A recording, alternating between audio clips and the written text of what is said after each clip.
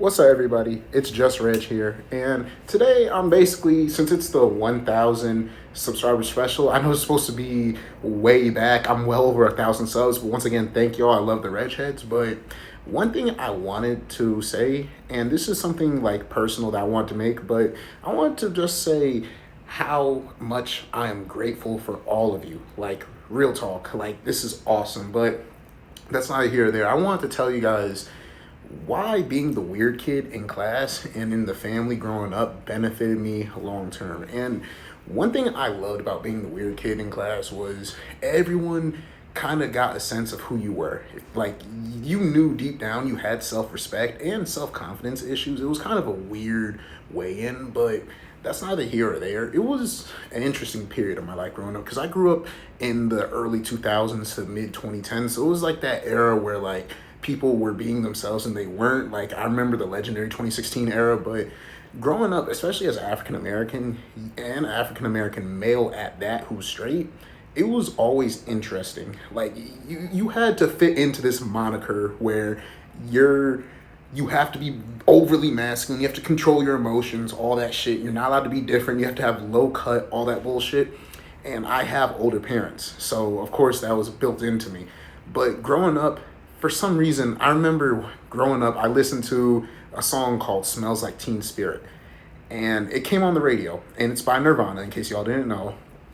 And whenever I hear, to this day, when I first heard that solo, like it was just, that just brought me to life. That's when my personality was born. So I immediately went to YouTube. I looked up Nirvana, all their shit, and then I also started getting into WWE, and I wanted to find shirts that relate to that shit. And that's when I came across Hot Topic. And if y'all weren't around in the early 2000s for Hot Topic, y'all missed out on a lot of shit. Y'all missed out on a lot. Hot Topic in the early 2000s was awesome. And like, when I was in there, I was like 7 or 8. This is like 2009, 10. I saw everyone in there and I thought they were the coolest people in the world. Like, they had gauges, septum piercings, because back then septums weren't as mainstream as they are now. And it was just, I felt home. Like, I saw all my wrestling shirts, all that shit, and I'm like, yeah, this is who I'm gonna be. And this is funny. I remember I stole from Walmart some little blue hair dye, and I put it on my hair, and I had like a low cut at the time, so I had like my head basically looked like a fucking Smurf's dick, if that makes sense. And bro, yeah, my parents were mad as shit at me, but I didn't care. I felt me. But then there was that weird period when you get into middle school. It's that weird phase where like you're still trying to find yourself, and if you're in middle school watching this, you're probably gonna have a weird era where like you're going through puberty and you're trying to get a sense of your personality. But in middle school, I didn't care. I had the Odell Beckham Jr. cut. I had platinum blonde hair, and I had like a little side part, all that shit, and it was cool. Like, then I got into YouTube more, and I subscribed to a bunch of these YouTubers who were creatives. They were black, white, Hispanic, all that shit, and they had like green hair, neon hair, all that shit, and like they were themselves. They were comfortable in themselves, and it got to the point where I became myself so much. I became so comfortable in being authentic to where it would kind of intimidate my family. It would kind of intimidate my friends as well. Like, for example, I have introverted mom, so she'll always like find something to like worry about while she's out in public. And me personally, I didn't care. I'm used to doing my own thing, and it would just get to the point where I'm like, okay, who cares? Like, that's been my whole life. Who cares? And now this is high school, and high school was a weird time. I'm the class of 2021, so we came back from COVID and we had to go and graduate outside. That shit was fucking insane. And I remember just like getting bullied so much in high school, uncomfortable amounts of bullying, because it was weird. I was all over the place. I was in band, I played trombone, French horn, and percussion. I was in ROTC, I was a PT instructor, and I was the defensive captain on my football team. I played linebacker and defensive tackle. And it was 3 different worlds, but one thing I realized though, the football players were the biggest jerks I met.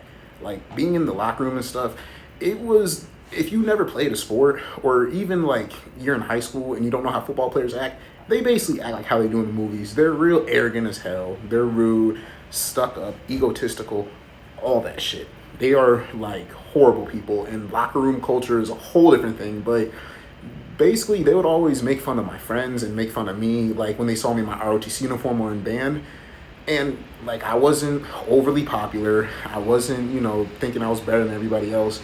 And like I said, I was wearing Converse to school. I was wearing Nikes, like regular Nikes, not Jordans or no shit like that. I didn't really match or care to match.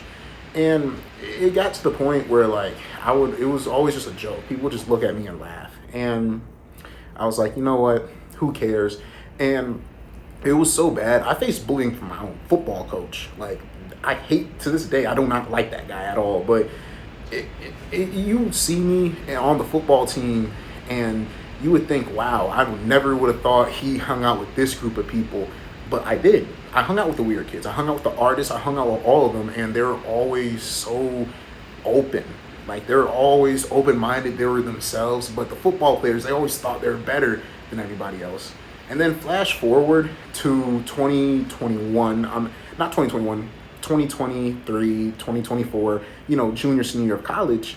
Come to find out, all those football players I went to high school with, they're basically, the people who peaked in high school. They have like 5 kids by 5 different women. They got, different jobs. They don't have different jobs. They're in between jobs, been locked up, smoking weed, really nothing. They didn't make it to the fucking league. They didn't go to college because they knew they weren't going to Division I. So I guess I got the last laugh. But basically what I'm trying to say is, if you be yourself, it will just be the best thing in the world. Like, I have a girlfriend now, and I love how she tells people that I have an alternative boyfriend, and that means a lot to me. And one thing I love and I never regret doing is getting this right here.